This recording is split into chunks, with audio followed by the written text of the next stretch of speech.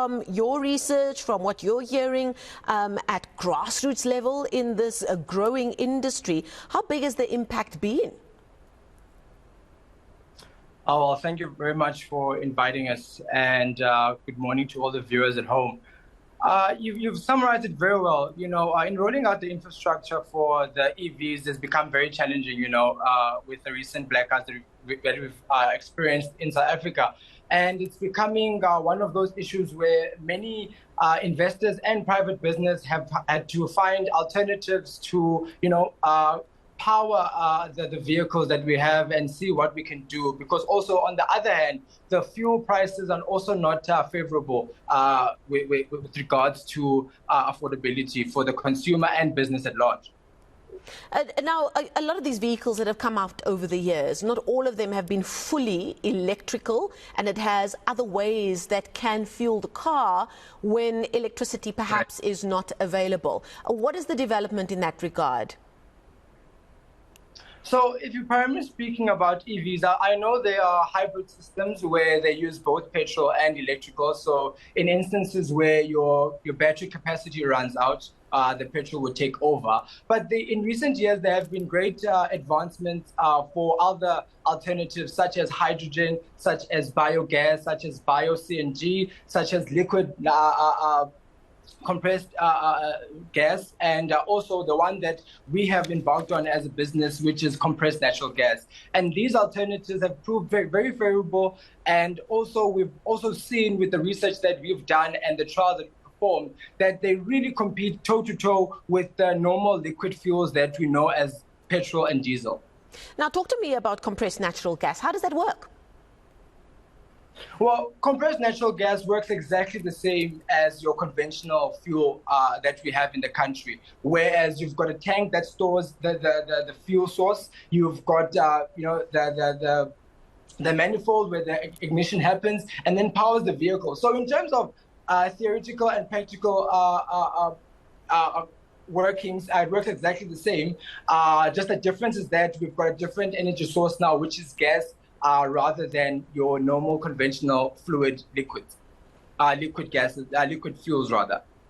Now, how accessible is this? Because obviously when it comes to electrical vehicles, it depends also if you're living in a city where there are enough refueling electricity points, if I can use that phrase. How easy or how accessible is SNG to people thinking about starting that journey?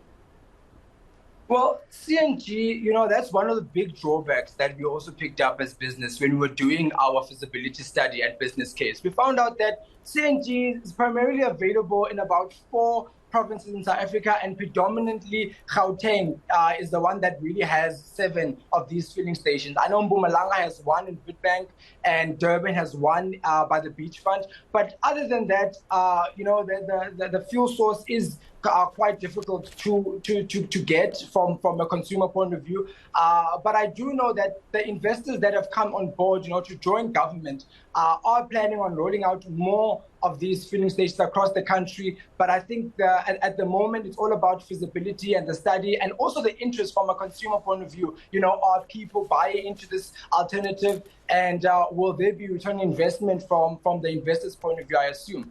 So at the moment, the biggest drawback for this technology, CNG, is the fact that the filling stations are primarily available in Gauteng.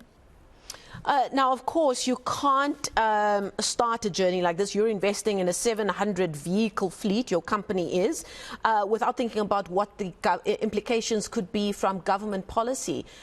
What is that, and what kind of impact has it had going forward? Thank you very much for that question. When it comes to government policies, right, the Honorable Dr. Blade Nzimande, when he was still heading up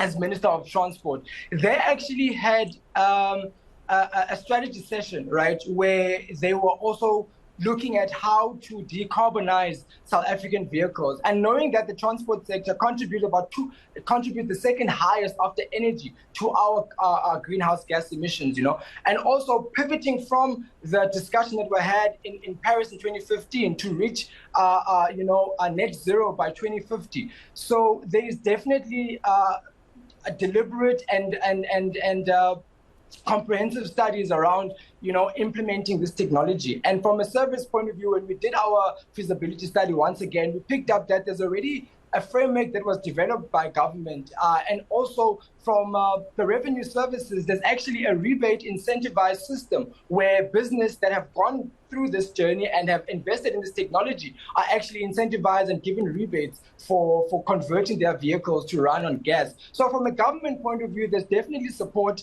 and they've also embarked on a number of initiatives around CNG, where they've converted government vehicles from a municipality point of view, Pretoria and City of Joburg, where they've converted the metro buses, JMPD, and other vehicles that they have at their disposal. So from a government point of view and from a policy framework point of view, government seems to be supporting this and incentivizing the private sector to join them in this decarbonizing of their vehicles. Okay, we're going to leave it there. What a fascinating innovation that is. That's Ambesikhaya Ngobo, is the Group Procurement Manager at Servest. Thank you so much for your time this morning.